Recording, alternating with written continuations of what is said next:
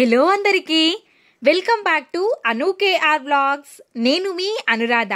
ఈరోజు మన ఛానల్లో రెసిపీ వచ్చేసి కొత్తగా స్వీట్ రెసిపీని చూపించబోతున్నాను.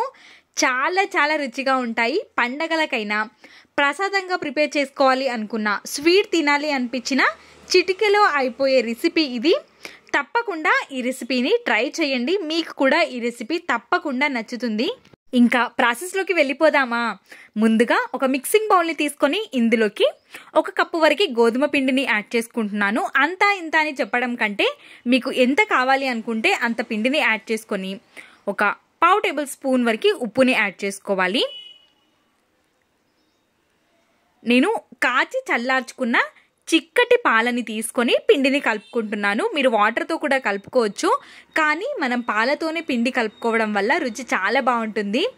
మొత్తం పిండిని కొద్దిగా పాలని వేస్తూ పిండిని మంచిగా కలుపుకోవాలి. 2-3 నిమిషాల పాటైనా ఈ పిండిని మర్దన చేసుకొని, పిండి అనేది ఈ విధంగా ఉండాలి మనకి మెత్తగా. ఇప్పుడు దీనిపైకి ఒక మూతని కవర్ చేసి కొద్దిసేపటి వరకు పక్కన ఉంచుకుందాం. ఇప్పుడు ఒక కడాయి లాంటిది స్టవ్ పైన పెట్టేసుకొని 1 గుప్పెడు వరకు పల్లీల్ని యాడ్ చేసుకొని దోరగా వేయించుకోవాలి. ముందుగా వీటిని వేయించుకున్న తర్వాత కలర్ లైట్గా చేంజ్ అయిపోయిన తర్వాత ఇందులోకి 4 నుండి 5 వరకు జీడిపప్పులని కూడా యాడ్ చేసుకోవాలి. జీడిపప్పులు కూడా కొంచెం వేగిన తర్వాత ఇందులోకి 1/2 కప్పు వరకు నువ్వులని యాడ్ చేసుకోవాలి. నువ్వులు కూడా చటపటలాడేంత వరకు ఉంచేసి స్టవ్ ఆఫ్ చేసుకొని చల్లారేంత వరకు పక్కన ఉంచుకోవాలి. మనం ఇందులోకి ఇంకా వెండు కొబ్బరిని కూడా యాడ్ చేసుకోవచ్చు, కానీ నేను నా దగ్గర ఉన్న వాటితోనే ఈ రెసిపీని ప్రిపేర్ చేస్తున్నాను. మంచిగా చల్లారిపోయాయి. ఈ విధంగా ఉన్నప్పుడు ఇందులోకి 1 యాలకుల్ని కూడా వేసేసి ఇంకా వీటిని కొంచెం బరకగా మిక్సీ పట్టుకొని తీసుకోవాలి.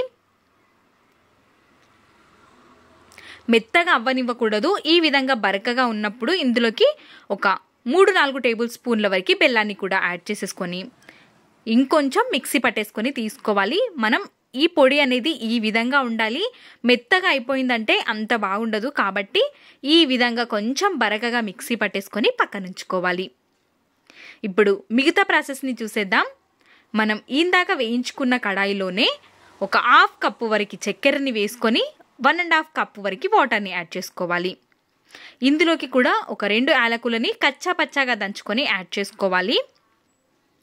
చక్కెర మొత్తం కరిగిపోయిన తర్వాత 1/2 కప్పు వరకు బెల్లాన్ని కూడా యాడ్ చేసుకుంటే చూడడానికి కలర్ చాలా బాగుంటుంది. రుచి కూడా చాలా చాలా బాగుంటుంది. మంచిగా ఉడికించుకొని పాకం పట్టాల్సిన అవసరం లేదు. ఈ విధంగా ఉండాలి. స్టవ్ ఆఫ్ చేసేసుకొని దీన్ని కూడా చల్లారేంత వరకు పక్కన ఉంచుకోవాలి. మనం స్టవ్ ఆఫ్ చేసిన తర్వాత కొంచెం దగ్గరికి వస్తుంది. బెల్లం చక్కెర 2 వేసాం కాబట్టి.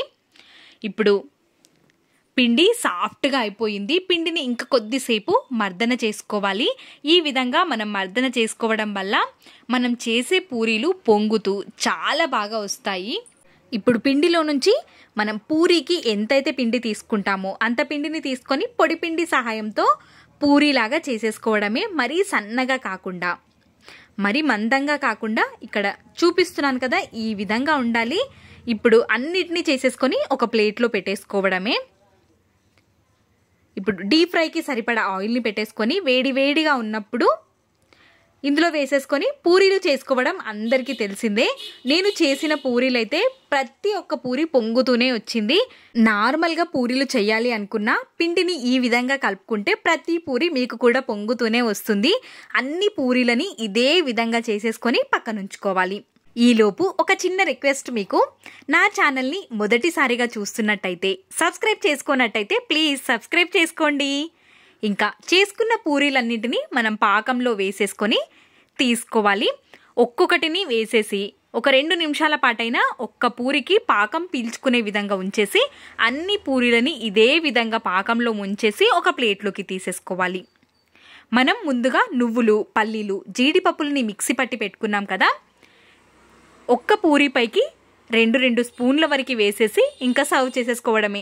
చాలా చాలా రుచిగా ఉంటుంది. కొంచెం కొత్తగా కోరుకునే వాళ్ళైతే ఈ రెసిపీ మీకు కూడా తప్పకుండా నచ్చుతుంది. జ్యూసీగా మెత్తగా చాలా చాలా బాగుంటాయి. ఈ రెసిపీని మనం 2 రోజుల వరకు స్టోర్ చేసుకోవచ్చు. వీడియో నచ్చిందా? అయితే ప్లీజ్ సబ్స్క్రైబ్ చేసుకోవచ్చు కదా. Thanks for watching. Bye bye.